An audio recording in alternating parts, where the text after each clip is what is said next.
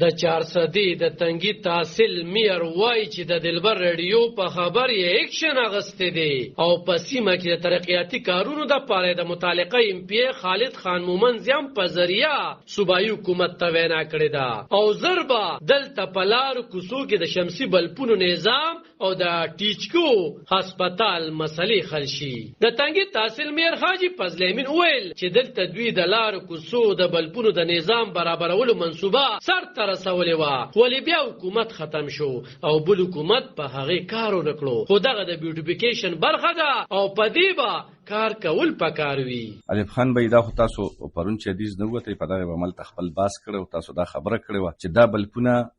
لګیدلې دي نو یواب ته دا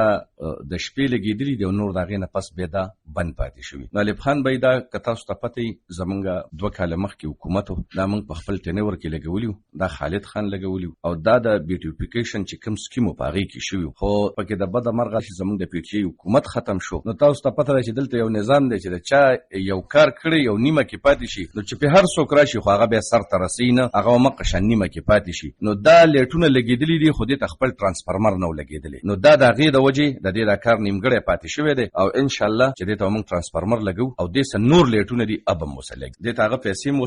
اړي او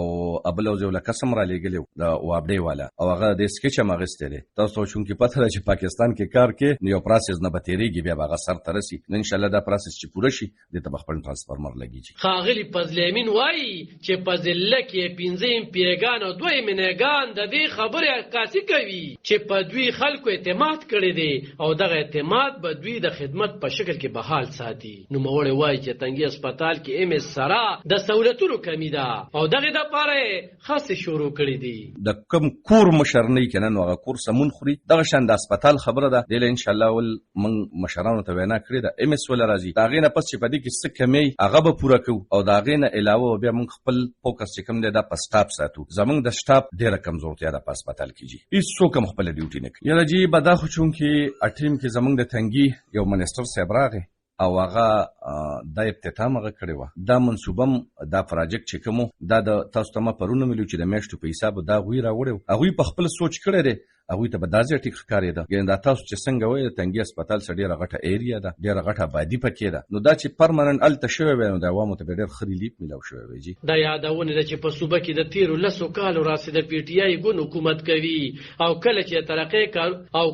ترقې کارونه نه کیږي نو عام ولس پر نیوکه کوي خو منتخب نمائندگان یې داوا کوي چې دوی به د عوامو ستونزې حل کوي او د خدمت سلسله به جاری ساتي. الف خان شیرپو دلبر نیوز 400 تحصیل تنگی د 400